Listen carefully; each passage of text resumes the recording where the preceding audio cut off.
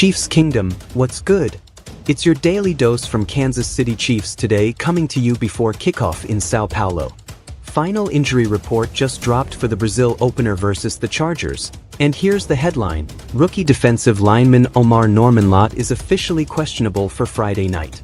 Jalen Royals is out. Everybody else, Mahomes, Kelce, Chris Jones, locked and loaded. That's the top line. Real quick before we dive in, our community goal is to push this channel to 5,000 subs. If you vibe with smart Chiefs talk that respects your time, hit subscribe right now so you don't miss our instant post-game from Brazil. What changed? Why it matters? The Chiefs are flying into an international stage where small personnel swings can tilt a game. The NFL's first YouTube-streamed regular season game kicks off Friday at 5 p.m. Pacific Time, 7 p.m. Arrowhead Time, from Arena Corinthians, and that global spotlight means your depth decisions get amplified. But here's the twist: the wide receiver room is already in stress test mode. Rashee Rice begins a 6-game suspension and won't be available until Week 7. That's a major target share that has to be redistributed right away. Expect Hollywood Brown and Xavier Worthy to headline, with Juju Smith-Schuster and gadget/return options filling in the cracks. Royals, who had flashed as a rookie, won't travel. He's ruled out. Reset. So what does Norman-Lott's questionable tag actually change? Two things.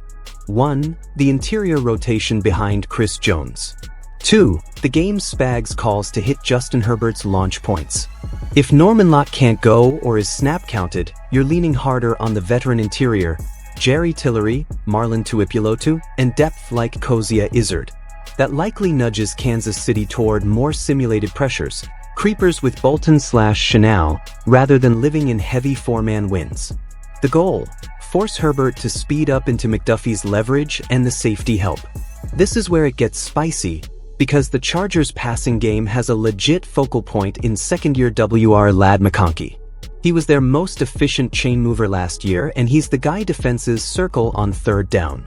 Chiefs corners know it, and Spagnuolo's already been asked about limiting McConkey this week. Translation: expect bracket looks, robber rotations, and a make somebody else win plan on money downs.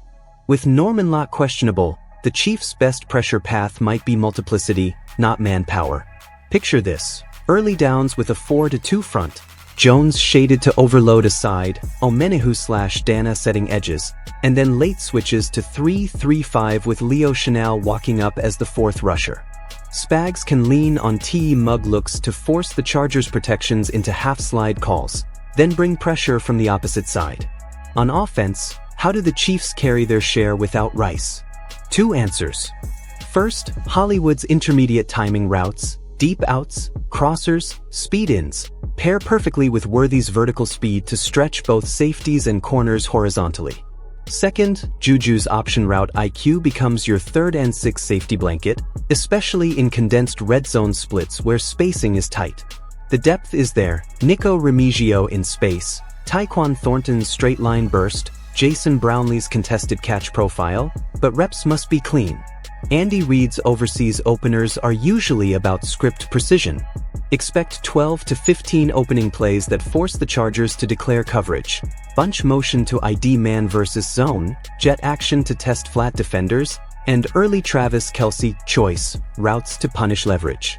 If LA answers with heavy too high, look for Reid to pivot into Pacheco on duo and counter, especially if the Chiefs' right side with Jawan Taylor gets movement. But here's your under-the-radar wrinkle: special teams and hidden yardage. On a travel week this long, leg freshness matters. Butker's range and Matt Ariza's field flip punts can steal possessions. In a 1-score script, that's gold. It's week 1, but it's also a 2-game swing baked into one, division record plus conference tiebreaks. With the opener on neutral soil and Rice shelved for the first 6, banking this win sets you up to survive September and still be pacing for the division lead by Halloween. It also puts psychological pressure on a Chargers team trying to prove year 2 in a new regime translates to wins against Mahomes on a big stage. Fan questions for you. If Norman-Lott is limited, which pressure package do you want more of? Creepers with Chanel or DB blitz from nickel? Who should soak up Rice's targets early? Hollywood as W1 or a heavier Kelce/worthy share? Which depth WR would you elevate for a specific role? Thornton as a boundary burner, Brownlee as a red zone body, or Remigio as a YAC slot? We'll be live right after the final whistle with winners, worries, and snap count takeaways from Brazil. If you're new here, help us push to 5,000 subs. Smash that button and drop your score predictions below. Chiefs 27, Chargers 20 is my early lean. See you post-game.